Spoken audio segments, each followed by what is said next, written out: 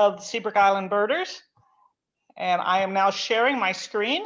So you should see a presentation or a screen with the, whoops, I guess I didn't know how to make it full screen.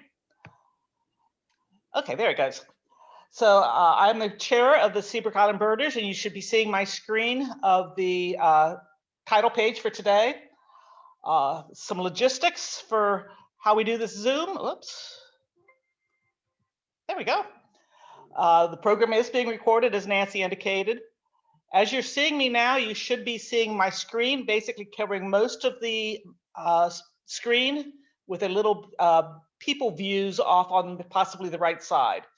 If you do not have that, you might want to play around with where you see the speakers or the people and change your views to be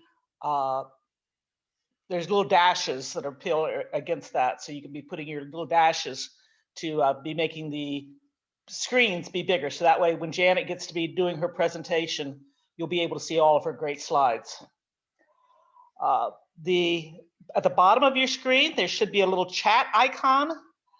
If you want to, that is an icon where you can use as Janet's giving her presentation, you can be typing in your questions as you think of them. And after the presentation is over, we will go through those questions and give Janet the time to answer those questions. You can also use that chat icon if you've got interest in participating in this Shorebird Stewardship Program, you can be entering your name and contact information there, and then we'll be reaching back out to you. We will also be sending you an email tomorrow. A blog is going to go out with contact information for the Shorebird Stewardship Program. There's a thumbs up icon down at the bottom. That there might be times that we're going to be asking you to do a thumbs up. And so that would be an opportunity for you to click that little icon for a yes or no.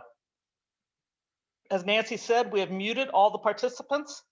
At the end of the session, if you wish to be asking a question, you can unmute yourself. And again, the speakers should have unmuted themselves. So that's where we're at for now. The other agenda topic that I have for today is our executive committee for 2021. You'll see there the list of all the people who were on the executive committee as the last year's chair. I'd like to thank all those for all their hard work in getting the presentations and activities and keeping the club running. So I appreciate all your help. For next year, we have the 2021 executive committee. That's at the top. And the important topic is that we have the new slate of officers for 2021. Jolene Ardiola is the chair. Melanie Jerome is going to be vice chair. Walter Brooks as treasurer. Bev Stribling as secretary. And myself as chair emeritus. Does anybody have any nominations for additional participants? If not, do you vote in favor of the proposed slate of officers? You can answer your yes or no. We can get this officially elected personnel.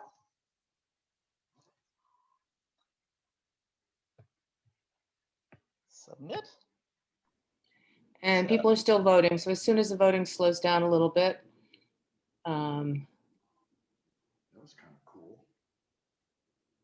We have about, of the 54, we've had about 35 respond. So just another couple seconds. Anybody else there want to respond to the poll? All right, I'll end the poll now. We had,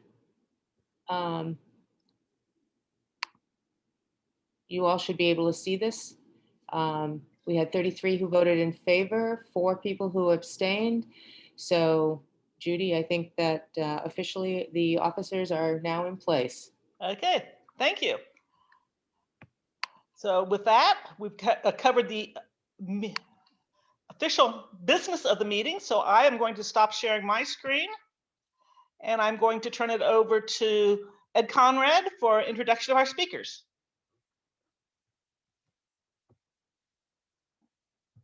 Ed, you're muted. Whoops. Ed, you're muted. Me. I was just saying, I was really impressed with your Zoom proficiency, obviously not mine. Well done, Judy. Okay.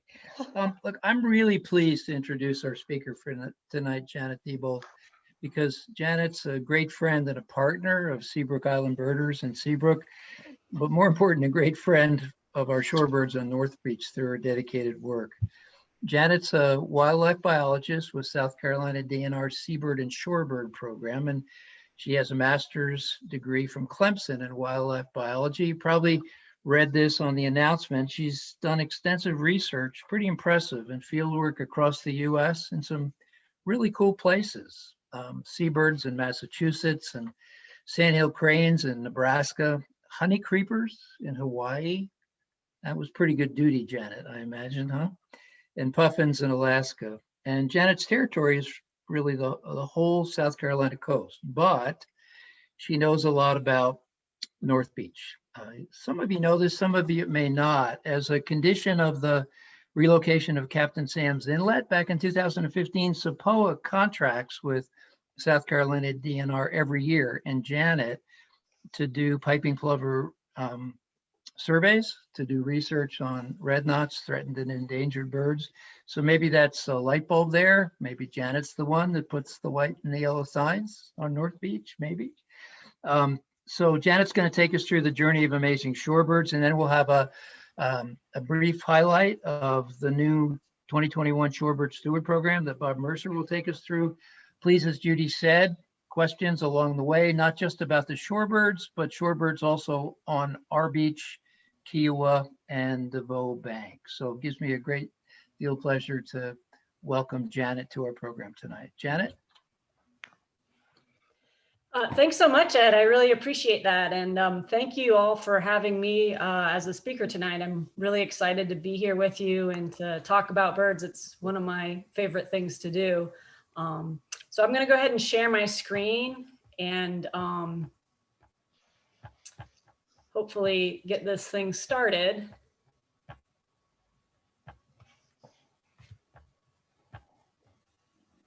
Can everybody kind of see that okay? Not yet. Nope.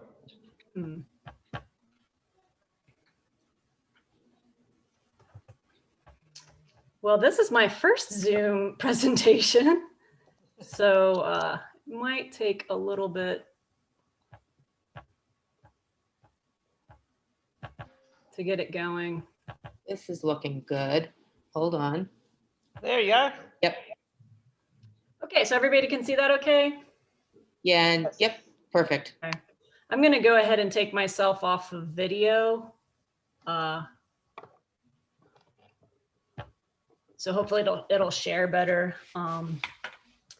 But I'd like to just start by acknowledging some of the folks who help us in our program and who have contributed some of the photos and information that I'm going to share with you today. All of our volunteers and partners who are really our eyes and ears on our beaches and who care so much about South Carolina wildlife.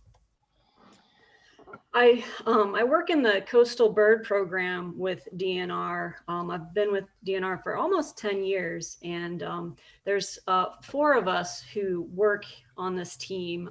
Felicia kind of heads up our group, and then the 4 others are in the bird program, and we really work statewide on various beach projects up and down the coast. So here's a link to our website that we have, and I encourage everybody to check it out. It has a little bit about what we do in our program and lots of great resources and helpful links. So if you have any questions about the talk today, this is a good place to start to look. A little bit of an overview. I wanted to give a different type of talk tonight and not just give life history facts and data points about birds and their ecology. I really wanted to explain why shorebirds are interesting and what makes them so special as a specific group of birds. And since this is a Seabrook birder group audience, I wanted to really explain why Seabrook is so special and what this place where you guys all live offers to this group of birds. And hopefully after this talk, you'll walk away with just an appreciation of what you have here at Seabrook and how you can help make a difference, because these birds really need all the help that they can get. So what does the term shorebird mean? Basically, we kind of group these water birds into three main groups that we see here in South Carolina. And we group them according to physical and ecological aspects. We have seabirds here, like the brown pelican, and other seabirds are gulls and terns. And this group has webbed feet. They live in marine systems, and they plunge dive for fish or pluck them out of the water. And they also nest in really large groups. They're colonial nesters. So you'll have hundreds to thousands of pairs nesting all together in one place. Wading birds, on the other hand, those are your egrets, your herons, your storks. They have super long legs, and they also feed on fish, but also aquatic invertebrates. They'll stalk fish from the creek side, or they'll feel in the water column for prey species. See how many people are on some of these sessions. They're also colonial nesters, so they'll build their nest in tall trees and swamps and islands surrounded by water. And then we get to the shorebirds. Shorebirds have bills of various size and also different leg lengths. Their feet are adapted for walking on sand and mud, and they probe in the substrate for invertebrates such as worms and insects. So why shorebirds? Like, why should we even care? Well, their numbers are declining. This group of birds is in trouble. Their populations are going down all over the world. These birds occur all over the globe, and most of them in this group travel between hemispheres each and every year of their life. So they face a lot of threats and obstacles along the way. They're also super crazy migrants. They have some of the longest migrations in the world, from the bottom of the globe up to the top of the world. And it's just phenomenal to think about a little bird doing that. They also have specialized feeding. They have crazy cool adaptations for foraging, and they've got body modifications. Their bills are different sizes and shapes that help them, take advantage of their environment. So just a cool group of birds. In South Carolina, we have over 40 species of shorebirds that come through at different times of year. During spring and fall migrations, they're coming and going from their wintering grounds and their nesting grounds. And we see different ones at different times of years. Some just kind of pass through on their migration, some just stay the entire winter, and some nest here in the summer. But most shorebird species are in trouble population-wise. The populations have shrunk as much as 70% across North America since 1973. As I mentioned, they're declining globally, and they're listed as high or highest priority according to our state wildlife action plan with South Carolina. And the reasons for that are habitat loss, alteration of habitat, disturbance, climate change, and other threats during migration. Of all of the shorebirds found in North America, about half of them nest up in the high Arctic zone. So these are the islands of Nunavut and Greenland and all along the Arctic Circle, up in that open tundra landscape. About another 25% nest in the boreal zone. So this is along the Hudson Bay in Canada and the interior Canada, interior Alaska. And then finally, the last third nest in the temperate zone of the continental United States. So birds like American oystercatcher, willets, and Wilson's plovers, those are the ones that we see in South Carolina that are nesting on our beaches in the spring and summer. So, for these, especially for these high latitude nesters, they're coming from areas far as the southern tip of South America. They've got 9,000 migration route one way. And so to get up to the nesting grounds, to migrate and reproduce successfully, they need to have the resources and energy to make it. So some of the physiological changes that they go through is they'll double their weight. They'll devote all their storage to fat reserves. They'll actually increase the size of their breast muscle and their heart size. And they just gorge themselves on a high caloric diet and just change their entire physiology. They'll reduce the size of their digestive organs. They'll just like shrink their stomach up and reduce their leg muscle size because they're not going to need, to use their legs if they're just flying. And then this picture here on the right is a picture of Larry Niles, a shorebird researcher that works a lot in the Delaware Bay. And he's got 2 red knots in his hand. The bird on the left is it's 110 grams. And the one on the right is over 200 grams. The one on the right is what we call migration ready. And that's like when a red knot reaches at least 180 grams, it's like good to go. It has enough resources to make it up to the high Arctic zone to nest. Another cool change or adaptation that they have is they grow new feathers for flight, for migration. So they'll replace their wing feathers. And they'll also replace their body feathers that they use for camouflage on the nesting grounds. And so they'll molt their body plumage and they basically look like a completely different bird. The bird on the left there, that just gray drab one, is in non-breeding plumage. The bird on the right is the exact same species. It's a red knot in breeding plumage. So they kind of look like a whole different bird just by changing their breeding into their breeding plumage. So to do this, it all takes energy, and these birds spend a lot of time foraging to gain that energy. And so shorebird bills, they're kind of like different tools that they use to access different prey species in the substrate. Because they have different bill lengths and leg lengths, they can exploit different prey items in the soil in the same habitat. So you'll have a bunch of different shorebirds that can all feed together and target different prey types. For example, up there on the right, the piping plover, it eats polychaete worms, and you'll see them kind of tap their foot to locate the worm, and then they'll go down and pull up the polychaete like a little spaghetti noodle. The middle picture there, those are dowitchers, and they've got long bills that have a very sensitive tip, and they'll probe up and down in the mud. They're tactile foragers, so that bill can detect when there's like insect larvae in the mud, so they kind of specialize on that prey item.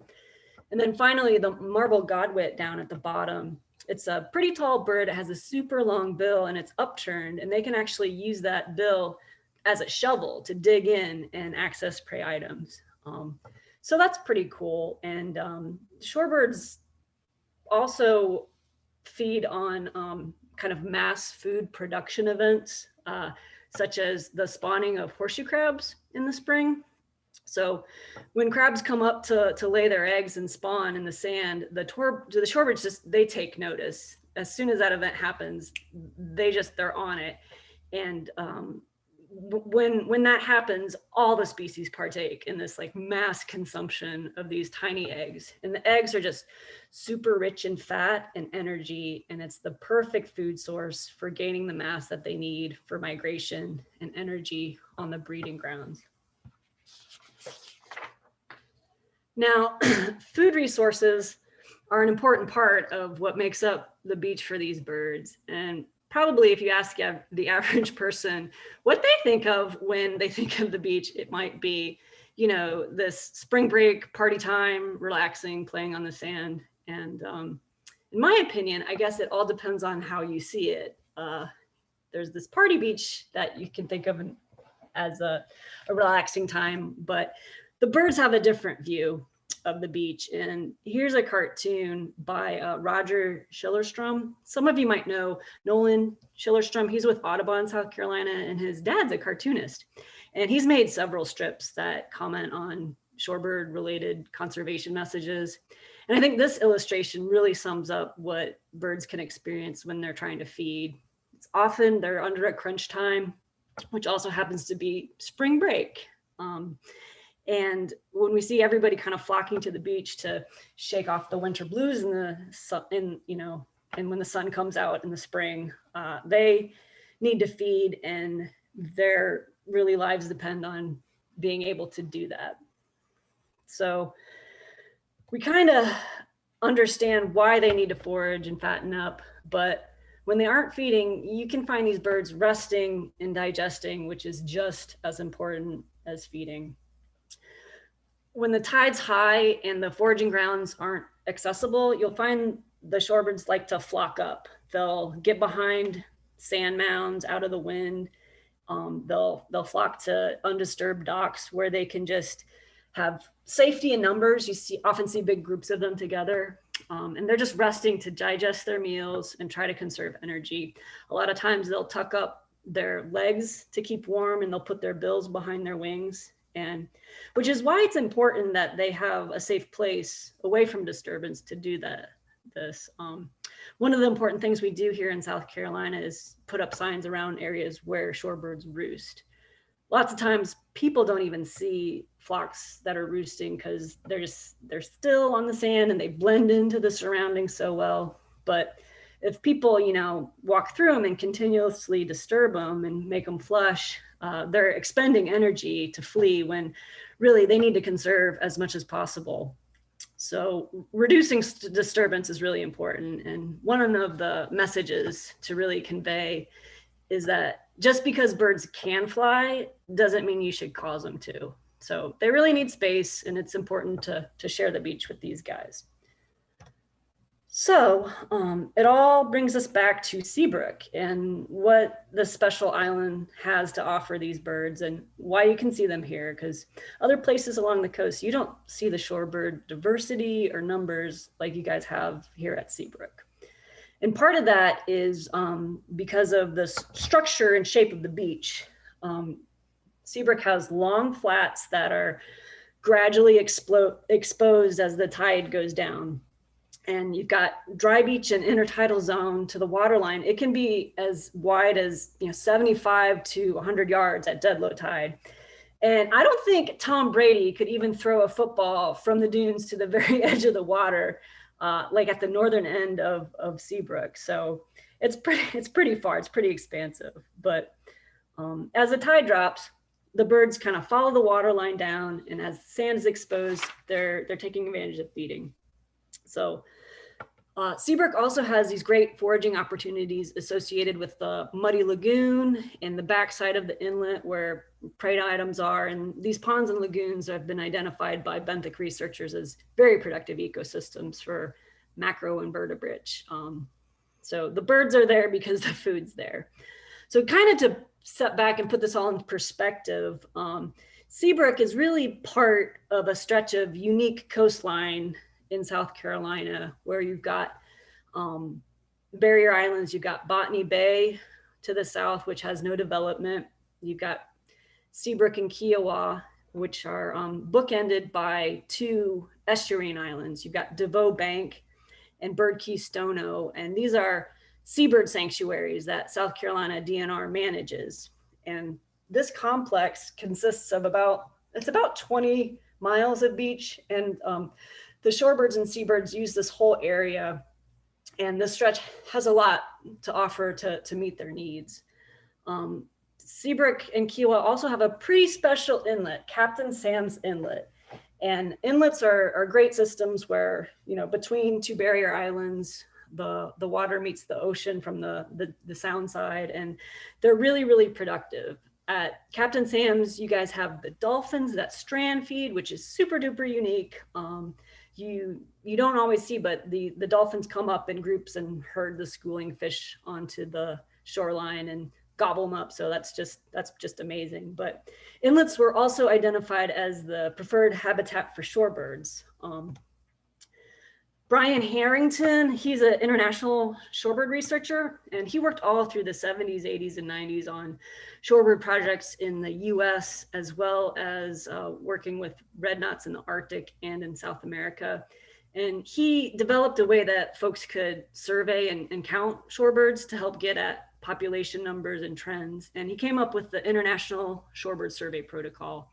And we still use this protocol today all around the hemisphere to count flocks and add to kind of the long-term data set that Brian established. So Brian analyzed shorebird distribution and abundance data from these international shorebird surveys at 361 sites in the Southeast. And in 2008, he put this paper out about the importance of inlets. He found that shorebird species not only use, but also require inlets for their survival. And he found that 7 shorebird species are tied to inlets, including piping plover, red knot, western sandpiper, and Wilson's plover. So that just really underscores the importance of Captain Sam's Inlet between Kiowa and Seabrook Islands. This area has expansive tidal flats, rich with food that wintering and migrating shorebirds need. It has roosting sites where shorebirds can rest and digest, and open, sparsely vegetated areas where beach nesting birds raise their young, like oystercatchers and Wilson's plovers. So because they're dynamic systems, many places have had inlets altered or have had solid structures added to them to prevent erosion or protect infrastructure. And these birds love to feed and spend the winter at inlets where the prey is bountiful. But because it's so dynamic, these places, they're shaped by currents and storms. So inlets are also where many coastal engineering projects take place, and a lot of times where renourishment of sand happens.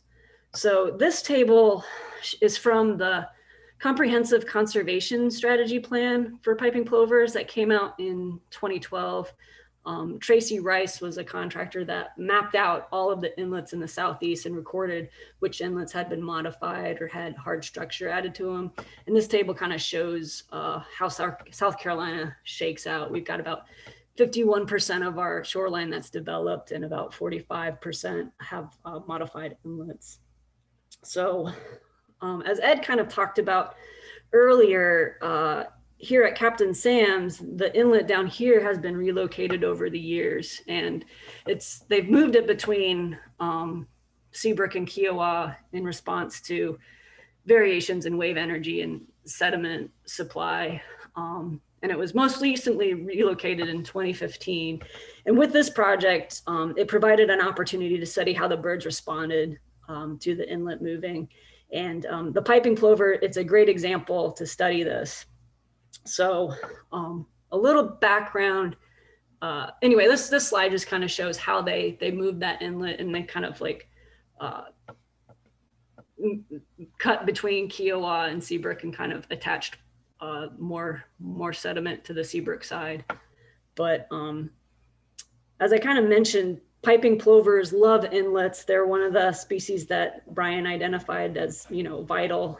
And to talk about them a little bit, they are, a small shorebird, orange leg, short bill, sandy brown color, and they're considered a short distance migrant. So they don't go to the top of the world to nest. They're one of those temperate zone nesters. And there's 3 populations according to where they breed. One in the northern Great Plains in the interior of Canada and the US. Great Lakes breeders that are along the lakes up there on those sandy beaches, and then some on the Atlantic that nest from Canada down to the Northeast and New England. And all of these birds spend the winter in the Southeast. So they winter in Florida, Georgia, South Carolina, and the Bahamas. And we see individuals from all 3 of these populations here in South Carolina. So with the inlet relocation of Captain Sam's, I've been doing winter surveys of plovers and resighting banded birds, recording the number of plovers and taking GPS points. So to help understand how the habitat affects these birds, we've learned from those data that piping plovers are pretty site faithful.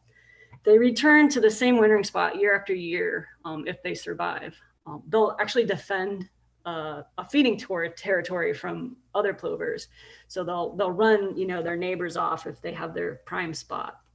But because they're so site faithful and they return to the same spot, even if their wintering location deteriorates for whatever reason, they'll come back and try to persist even if they have disturbance. So recently, some folks with Virginia Tech and Fish and Wildlife Service did a study where they were really interested in getting at what the cost of human disturbances to these birds.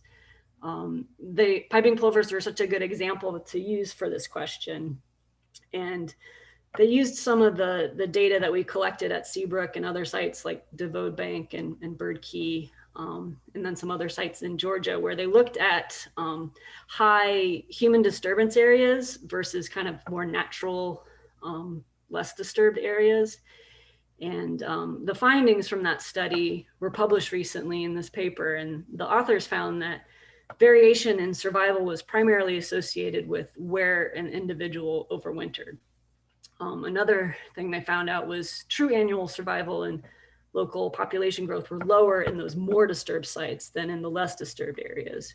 And then finally, plovers were, they were lighter. They were 3.57 grams lighter, which is about 70% of their average body mass. So lighter on disturbed sites than on less disturbed sites. So there does appear to be a cost when birds experience high levels of disturbance in their wintering environment. And at least with piping plovers, they tend to be one of the easier shorebirds to study. One of the things that the folks that study them on the breeding grounds is they have a lot of individuals that are uniquely banded.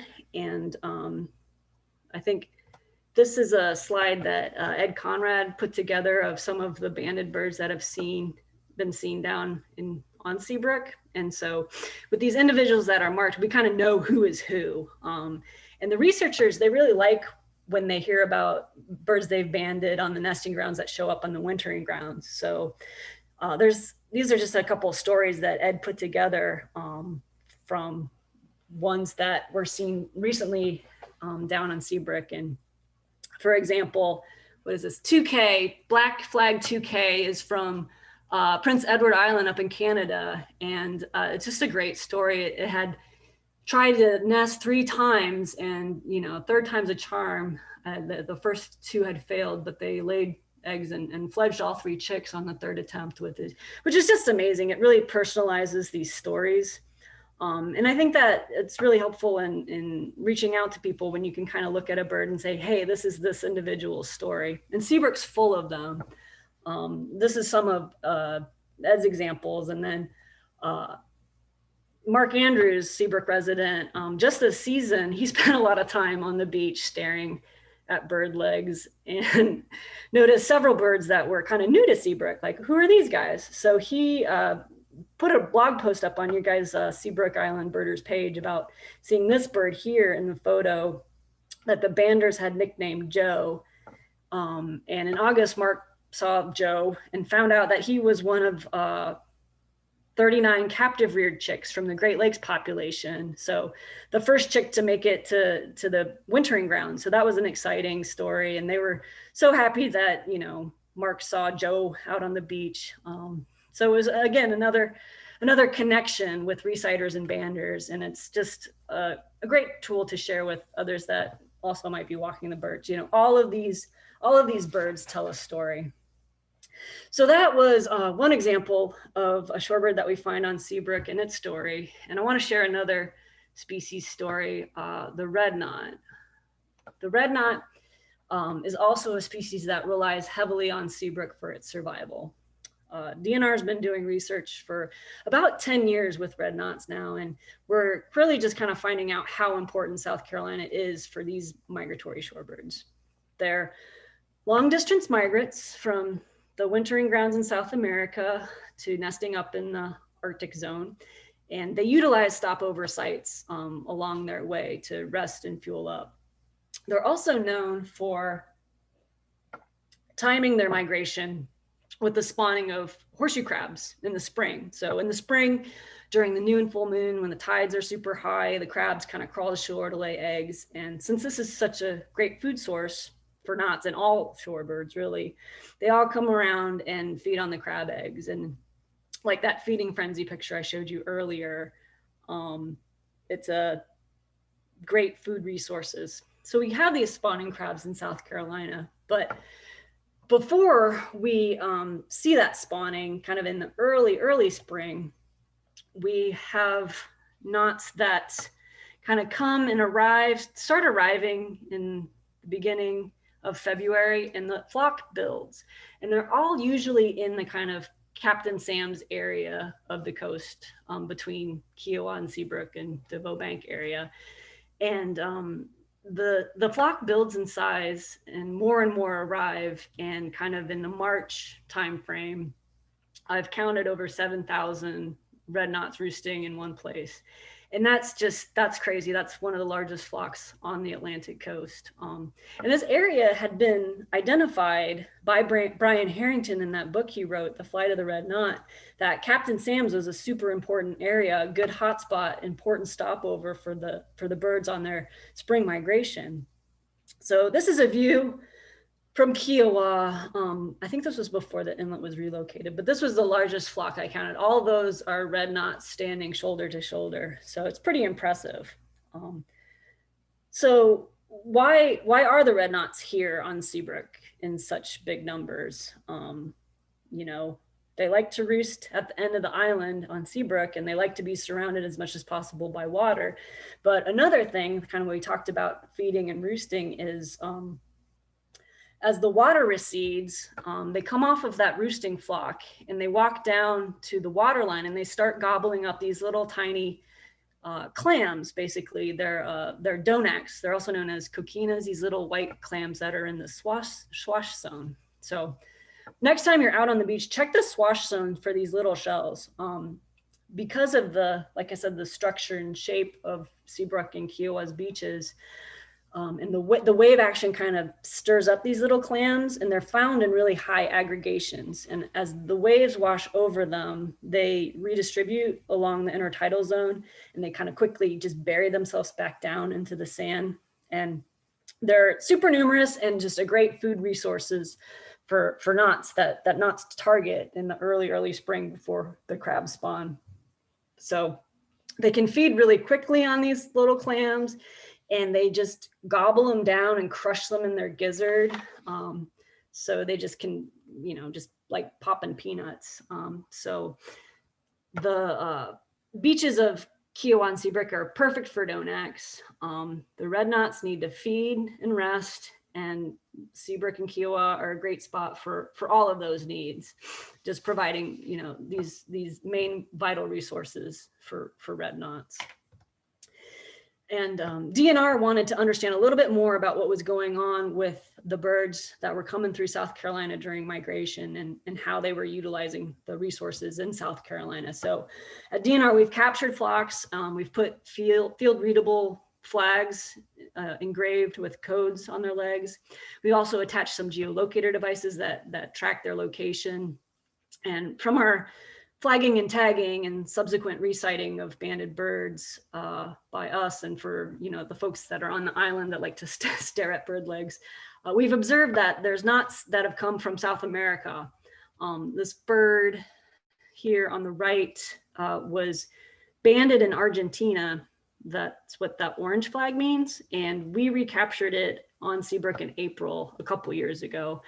And even this past spring, Mark Andrews, who's always looking at bird legs, observed birds from Argentina. He saw birds from Chile and birds from Brazil, all using Kiowa. And so from our tagging efforts with geolocator devices, we found that some of the birds that stop over here in the spring at Seabrook go directly from this beach up to the Arctic to nest. So their last meal that they'll sustain them their entire journey happens in places like this along the kind of stretch, the Captain Sam stretch, as I call it.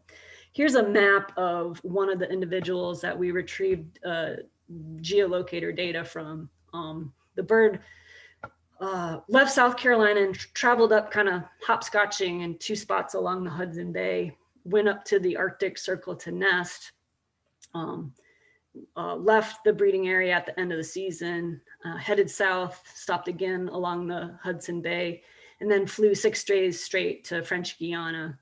So that was pretty impressive. And then it kind of went down to Brazil and then Argentina all the way down to Tierra del Fuego for the winter. So it went the, you know, the stretch of the globe there. Then on its way back in the spring, on its way north, it flew from Tierra del Fuego to Brazil and then 6 days straight to South Carolina. So it's just amazing to think of that when you watch these little brown birds on the beach, just to think about, you know, what have they seen along their journey? It blows me away.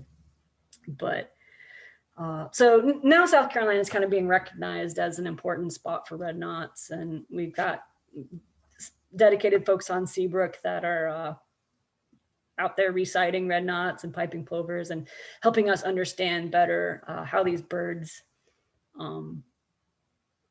are here and which individuals show up, and really demonstrate and elucidate that this beach is really can, you know, Seabrook and Keogh are places that can make or break it for these birds. So as I kind of wind my talk down, I just wanted to reiterate that, you know, shorebirds need our help. They lead precarious lives. They're susceptible to our actions. You know, we can live and let live, or we can ignore and let apathy win. It's kind of our choice, but it really is up to us to, in sharing the special, amazing island with them, where, you know, the piping plover and the red knots, you know, they call this place home too. And kind of want to end with a book that just came out a couple years ago by Deborah Kramer, The Narrow Edge, where she highlights the journey of the red knot and also chronicles, you know, the mysterious and ancient horseshoe crab's life cycle and its challenges. And she describes the red knot's journey and stopover spots as a ladder where each rung is a part of their journey up and down the globe. And if one of those rungs break, then the birds won't make it. So this quote is from the end of the book in the epilogue, and it just sums up what I think we all must do to kind of conserve what we love. So the quote is, "The story of red knots is also the story of the tenacity and endurance of the many people who, year after year, on beach after beach, give knots safe harbor and ensure their well provision. Standing for red knots, they are standing for all shorebirds whose homes are shrinking. Standing for red knots, they are standing for horseshoe crabs and for the many inhabitants of sea and shore whose lives, like ours, depend on these ancient animals. Protecting the red knot, they renew the web of life at the edge of the sea, repair our torn world. Time after time, I've watched their undaunted courage, giving voice to the birds and horseshoe crabs that cannot speak. They need us now."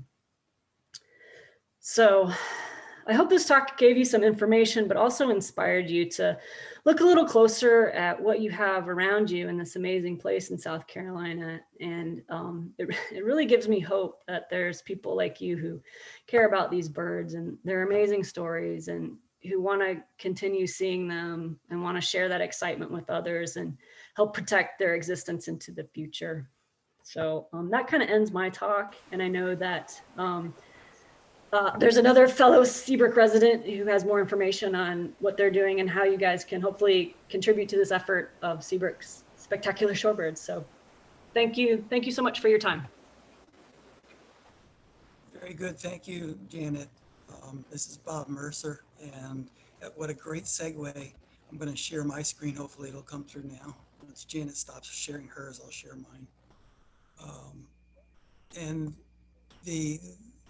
Janet's given us a good argument as to why we need to have some sort of a program here to help the shorebirds, to protect the shorebirds. So in 2020, we created the Seabrook Island Shorebird Steward Program. And okay, why isn't it showing up?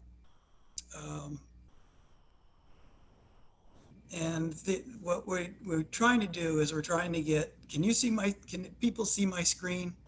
No, we can't. Okay, not sure why not. I'm trying to Can you share hit the screen. share screen at the bottom? I am hitting share screen at the bottom. It just doesn't seem to be working. All right.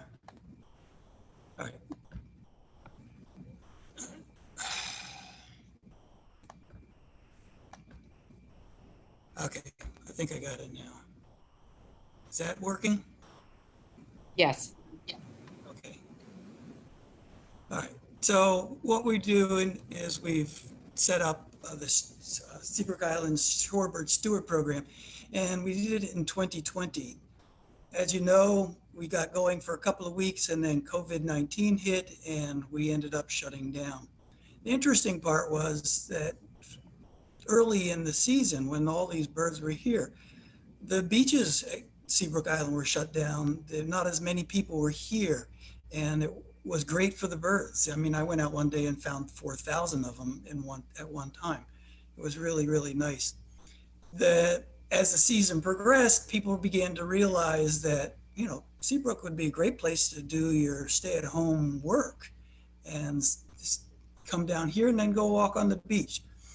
So despite the fact that early on in the season, the birds were really fairly well protected because not so many people, that has changed. There's a lot more people. So we've decided to re-implement or resurrect the Shorebird Steward Program for 2021. It's an education program. We're not enforcing rules. We're just talking to beachgoers and trying to educate them about what we just heard from Janet, which was really wonderful. The idea then is that these people hopefully will then respect the birds and leave them alone. So what we have is going to be doing some training programs for people, and we've got training scheduled for shortly, next Friday, and then we'll do some on-beach training. We're going to be asking volunteers to work a 2-hour shift, and the shifts will start March 1st and be going through May. We have created a protocol which will be COVID safe. For example, in this picture you see there's a telescope. That will not be there. We will not be sharing any equipment. We don't want people touching things. You see the signage there. What the sign will include is going to be a QR code. And instead of people having to pick up documents, they're going to be able to download a document to their phone and read it from there. So we are doing a number of things to help it make it safe. Of course, we'll be wearing masks and keeping our 6-foot distance. So my job here is just to encourage you to become a part of that team that Janet was just talking about, that dedicated few who are protecting these birds and giving them the space that they need. We need you to become a shorebird steward, to sign up for a shift. And if you go to this Shorebird Steward and click on the Learn More, which is right here, you'll be able to register for the program. There'll be a page where you'll be able to click and register. And then you'll be able to register for Zoom training, which will be scheduled for Friday the 26th at 1 p.m. It'll take about an hour and a half. And then on the Saturday the 27th and Sunday the 28th, we will have a number of field trips out onto the beach. You can see what we did in 2020. There was lots of people. Well, we're going to be limiting. We'll be trying to be COVID safe. So there'll only be 9 people at a time. So we'll actually be doing 4 walks during those 2 on Saturday, 2 on Sunday. One will start at 9 o'clock and the second one will start at 10 o'clock in the morning. And that should put us right around where the tides are nice for seeing the birds. Hopefully they'll be out there. So my goal here is to encourage you to go to the Seabrook Island Birders page and to click on about the Steward Hey, program. Bob, can you advance it to page 2 or slide 2? I think Yep. that way people can see what it looks like. We want you to go here, go to Learn More, click on Learn More, and you'll find the document. There'll be a place where you'll link and you'll be able to register. Or you could be registered. For some reason, Bob, we're still not seeing the slide 2. We're still seeing the first slide in large form. Huh, interesting. So our view is the slide 1 with the 3 slides to the left in small boxes. So maybe you're looking at the presentation. That's not what my screen looks like. Okay, that's interesting. Yeah, so we're looking at a different screen. Okay. I can see it's all there. We're actually seeing the PowerPoint before you put it in presentation mode. Oh, that's too bad. Okay. All right, so you're seeing that. And I'm going to try to make this so that you can see it. Does that change it? Is that No, better? can you Can you click on the second slide? If you just put your There it cursor on the is. second slide and click on it. All right, hold on for a minute. There we go. Okay, we're going to have to do it this way since it's not showing what my screen, despite it being shared screen.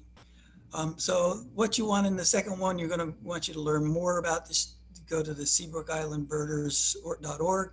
You want to go to Shorebird Stewards, learn more. And in there, you'll get a page where you'll be able to click on a link, and that'll take you to a registration page. Last year we did this and we had a registration right here, but we ended up with 600 people registered. 570 of them were bogus. They were bots, spam, scammers. So we're going to have people register. We're going to have approve you, and then you'll be able to log into the page. Once you've logged into the page, then you'll be able to sign up for shifts. During the training, this was the third slide. The training will be scheduled for Friday at 1 o'clock and then walks on Saturday. For those of you who did the programs last year, you can always use the walks this year as refreshers.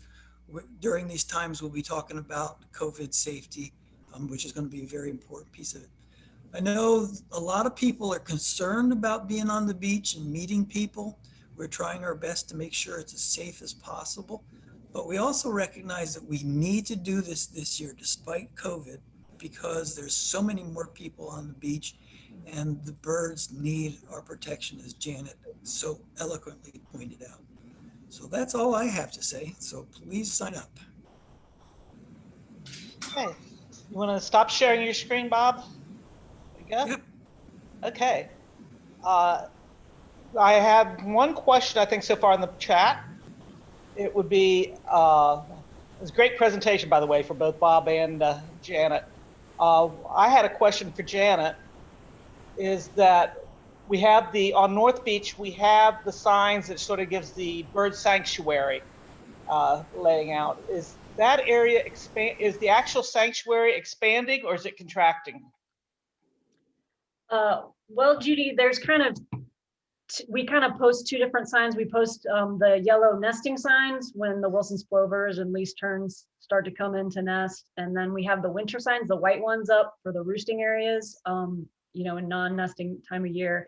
And that area changes weekly. I mean, if it grows some weeks and then it, big tide washes it over. And so it's pretty dynamic, and best we can do is kind of keep up with the changes. But last year out on that spit, least terns did try to attempt to nest. I don't think they were successful, but that area is kind of perfect for them.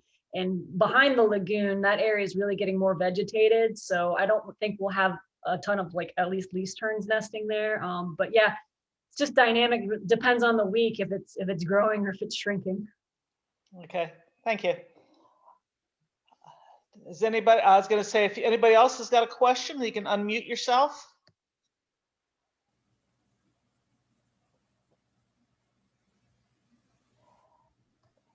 I got one. Hello? Can I go ahead? Okay. Hi, this is Sarah from Brooklyn. I visited Seabrook last month. Huge fan. I was wondering, so for Janet, or actually anyone who knows, but maybe Janet first and then anyone else, if there's any pending legislation at the state or federal level that we could write our elected officials about.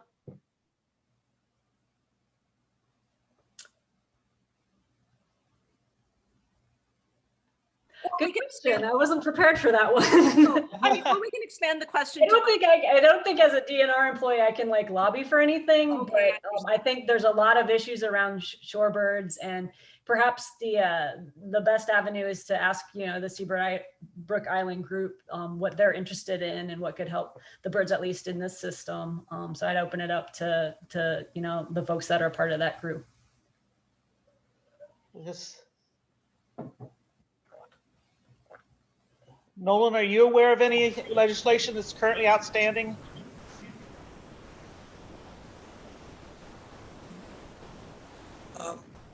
I'm not aware of any. This is Bob Mercer. I'm not aware of any legislation that's outstanding at this time. Okay, thank you. It's a good question, Sarah. We just don't know the answer. Any other questions? Hey, Janet, this is Ed. Could you just quickly comment on the nesting activity on North Beach? We don't get a lot, and there's a lot more out on DeVoe, but could you mention that? Sure, sure. As far as nesting shorebirds, we've got oystercatchers, Wilson's plovers that nest on North Beach, and then also least terns, which are a seabird, which we talked about earlier. They also like to nest in that open habitat on beaches like Seabrook. And we had some least tern nesting in the past successfully on Seabrook. There's been predation problems in the past, but yeah, it really has a great profile for those nesting shorebirds. It has the dunes where when chicks hatch, they can kind of go hide up in the vegetation. And then Wilson's plovers are really secretive about their chicks, and they like to bring them down to the muddy spots, those little muddy lagoon edges where they can feed on fiddler crabs. So it has a great profile for those nesting, shorebirds like Wilson's plovers and oystercatchers. And yeah, every year we try to give them a chance down there as far as nesting, along with all of the migratory shorebirds that you guys have. Janet, this is Dean. Early on in your program, you talked about or just mentioned something about dunes. What's your opinion of our dunes? Should we be thinking about some type of renourishment and building up the dunes that we have? I know they've pretty much disappeared from where they were 10 years ago, but is that a program that we should encourage? I really don't know. That's not really my expertise. I think, in the system of the inlet, the dunes accrete and erode.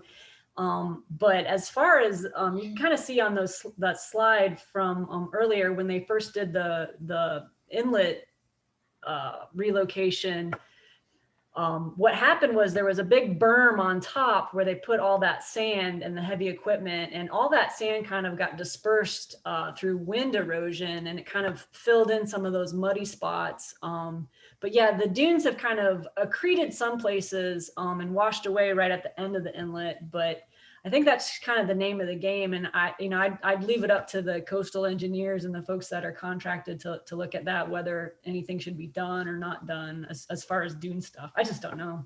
Okay. I have a question. Thank you for your presentation. So I'm not terribly experienced at understanding the behavior and the concerns about the shorebirds, but besides paying attention to the signs that you're posted, when I see shorebirds along the water, how much distance am I supposed to be giving them, as I'm taking a walk? Obviously, if I disturb them and they fly away, I've gotten too close, but is there any guidance you can give me about what I should be doing when I'm walking? Sure. No, that's a great question. And that is the rule of thumb. If you're close enough that you make them fly away and expend energy, that's too close. And different birds kind of experience different kind of levels of disturbance. Some birds are more kind of habituated to people walking by, and some birds aren't, like places that are completely closed to people. Those birds will fly, if you're like, half a mile away. So it really kind of depends on the circumstances and that time of the tide cycle. So if they're roosting up, up on the dunes and you have to like get real close to them and they fly, that's a bad thing. But if you kind of walk slowly and give them enough space where they just either hop around or they don't even notice you, that's just really a good rule of thumb. So I just appreciate you're out there looking for the birds and like notice them. That's the first step, I think, for a lot of people. One of the things, this is Bob Mercer, one of the things I've noticed over the years is the birds will actually tell you when you're getting too close. They don't fly away right away. They start to itch around and move away from you slowly. So as Janet was saying, moving slowly as you approach them.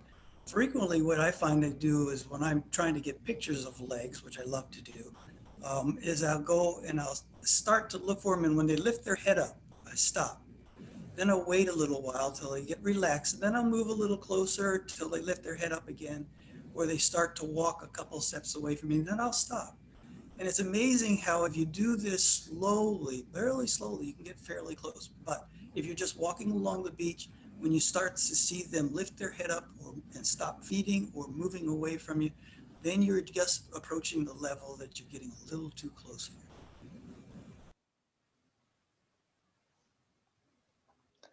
for. Okay, good questions, good answer. Any other questions? Judy, there are a couple things on the chat. Do you want me to read them? If you would, please. Sure. So another question from Sarah Phillips for Janet is, while on Seabrook Island, she mostly noticed plovers feeding in groups, but fairly frequently saw solo birds. Is there anything going on with those loners? Well, yeah, piping plovers, especially on Seabrook in the winter, the ones that kind of come back year after year, they have their spots and they don't like everybody, it's really funny. They're all friends at high tide when they roost together. You'll see plovers like right next to each other being friends, just sleeping. But as soon as the tide's down and they're feeding, they're running around and, you know, barking at each other. So yeah, a lot of times you'll see like a plover in like their one section, and they know how big that section is. They know when like a neighbor comes in that's too close. So yeah, you kind of get with it. They have their own personalities, I think. Yeah, good question.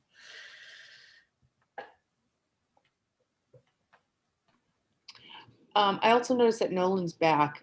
We had asked him to comment. So since he and I have been chatting, I might as well have him come on if he's right there and speak to the questions that were asked earlier.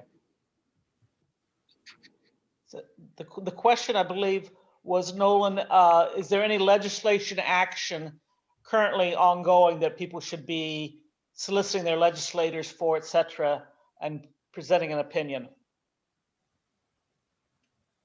Gotcha. Yeah. So I don't know that I have the best answer for you, although it is a very good question. So there are no specific laws in the works right now that I'm aware of that apply specifically to coastal birds. However, there are some broader stroke laws in the works at the state level in South Carolina that have more to do with coastal resilience in general. But what I sent to the host in chat just now was that advocating for the protection of existing shorebird habitat to your legislators is never a bad idea. I think it's always a good idea to write or email or call people that you are a constituent for and just let them know that this is something that's really important to you. So while I don't have a specific legislation in mind, I think it's always a good idea just to say that particularly for Seabrook, that your North Beach is really important because of the shorebirds and the other coastal birds that use it. And so that's important to you. So that may not be the answer you were hoping for, but that's all I have. Nolan, would any communication be best to the state level or to the national level? Or both? I mean, the more the merrier. I would say both. We work more with the state level, though, at least at Audubon, South Carolina. Okay. Yes, and I was going to say, and for those of you who don't know, Nolan is with Audubon, South Carolina. So, okay. Any other questions, Nancy, on the chat? That I missed? Judy, this is Bob Mercer, real quick. While I'm thinking about this question, there is this movement to weaken the Migratory Bird Act, which also protects shorebirds. So anything that you write to your federal legislators to return the strength to that particular act that was stripped away earlier last year would be a good move to make. Okay. Any other questions? With that, I'll turn it over to Jolene. Yeah, I just want to thank Janet for tonight. It was a wonderful presentation, and Bob, thank you for your information, and we hope to get a lot of volunteers from this group. Also, I have to note that the more of these Zoom presentations that we have, the more people we seem to be collecting. So that's great that this is catching on and that people who aren't on the island at the moment can still participate with us on these Zoom presentations. And they've gotten better and better as time has gone on over this year. I'd also like to mention that there was supposed to be a birding trip to Bear Island tomorrow, but the weather has caused us to postpone that. I wasn't going to be able to go tomorrow, but I'm kind of excited about this. It's going to be next Tuesday, February the 23rd. So if you want to go on to SeabrookBirders.org, go into activities and check out the trip to Bear Island. It's a great trip. If you've never been on it, you really should consider it. It's a long trip, but it's totally worth it. And also at that same spot, you can check out all the other activities that we have. And hopefully with the age, a lot of us are getting vaccinated for COVID. So hopefully we'll be able to increase the number of activities and the type of activities we're having. And we will continue to be careful and wear masks, but hopefully we can get back to semi-normal over the next year anyway. So anyway, that's all I wanted to say. And thanks you to everyone who came tonight. And thanks again to Janet and Bob and to Ed for putting this together. So good night, everybody. Good night, everyone. Thank you.